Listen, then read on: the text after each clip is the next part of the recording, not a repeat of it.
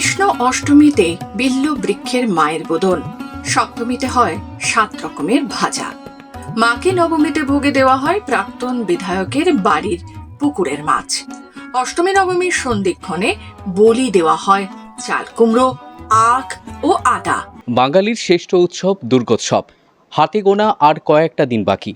প্রত্যেকটি পুজো মণ্ডপে শেষ মুহূর্তের প্রস্তুতি চলছে বলা যায়। একদিকে যেমন বিভিন্ন মণ্ডপে প্রতিমার কাজ চলছে প্যান্ডেলের কাজও। শুধুমাত্র থিমের প্যান্ডেল নয়, সাথে সাথে বিভিন্ন বাড়িতেও হচ্ছে পুজো।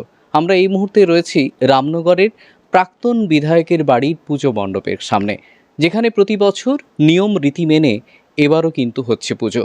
প্রতিমা গড়ার কাজ চলছে, যেখানে রীতি মেনে নিয়ম মেনে এবারেও কিন্তু পুজোর আয়োজন করা হয়েছে। এইভাবে বিশেষ রীতি মেনে হয় রামনগরের মিশ্র বাড়ির দুর্গাপুজো। রামনগরের প্রাক্তন বিধায়কের বাড়ির দুর্গাপুজোয় আজও ঐতিহ্যের সুর। রামনগরের মিশ্র বাড়ির দুর্গাপূজা রামনগর বিধানসভার প্রাক্তন বিধায়ক অবন্তী কুমার মিশ্রের বাড়ির দুর্গাপূজাকে ঘিরে মানুষের উৎসাহ উদ্দীপনা এখনো তুঙ্গে। হাতে গোনা আর কয়েকটা দিন পুজোর প্রস্তুতি চলছে জোর কদমে। প্রাক্তন বিধায়ক অবন্তী কুমার মিশ্রের পুত্র বিশ্বরঞ্জন মিশ্র সেই পুজোই চালিয়ে আসছেন দীর্ঘদিন ধরে। দেখুন, আমার জন্মের আগে থেকে আমার বাড়িতে দুর্গাপূজা হয়ে আসতো এবং আমাদের জ্ঞান হওয়ার পরেও দেখেছি আমার প্রয়াত পিতা অবন্তী কুমার মিশ্র তিনি পুজো সূচনা করেছিলেন। তাই আজকে বাবা মাকে হারানোর পরেই কিছুদিন মাঝখানে পুজো বন্ধ হয়ে গিয়েছিল, তারপর আবার আমি চেষ্টা করে ঠাকুরের ইচ্ছায় আত্মীয় স্বজন এবং ভাইদের সবার সহযোগিতায় পুজোটা করে আসছি। রামনগরে উপকূলবর্তী এলাকায় অনেক বনেদি বাড়ির পুজো হয়। মিশ্র বাড়ি দুর্গা পুজোকে ঘিরে রামনগরবাসীর আবেগ উন্মাদনা তুঙ্গে। মিশ্র বাড়ির দুর্গাপুজোয় মাকে ভোগে দেওয়া হয় মাছ। ব্রাহ্মণ বাড়ির রীতি নিয়ম মেনেই হয় পুজো।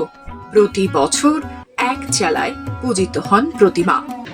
এই পুজোটা আজ যে চলছে, এর বাবা ঈশ্বর অবন্তী কুমার মিশ্র তিনি তার জীবদ্দশায় চালিয়েছিলেন। তার মৃত্যুর পরে অল্প কিছুদিন এইটার অসঙ্গতি হয়েছিল, তারপরেই আরম্ভ হয়েছে। এখন বর্তমান এই বাড়ির যে মালিক বিশ্বরঞ্জন মিশ্র, সে বিগত বেশ কয়েক বছর যাবৎ এই পূজাটাকে চালিয়ে যাচ্ছেন। তার ইচ্ছা যতদিন পারবেন ততদিন চালিয়ে যাবেন। এই দুর্গাপুজোর 4 দিনে পরিবারের সদস্যরা আনন্দে যেমন মেতে ওঠেন, ঠিক তেমন ভাবেই রামনগর এলাকার বহু মানুষ এই পুজো দেখতেও আসেন। এই পূজার আনন্দে মেতে ওঠেন পরিবারের প্রবীণ সদস্যা থেকে কচিকাচারাও। বাড়ির পুজোয় কতটা আনন্দ করো? অনেক আনন্দ করি। এবার প্রতিমা বানানো হয়ে গেছে, কতটা আনন্দ লাগছে? অনেক আনন্দ লাগছে। বিশ্বরঞ্জন মিশ্রের পুত্র বিভাস রঞ্জন মিশ্র জানান, দাদুর শুরু করা পুজো আমরা বংশ পরম্পরায় এগিয়ে নিয়ে যেতে চাই।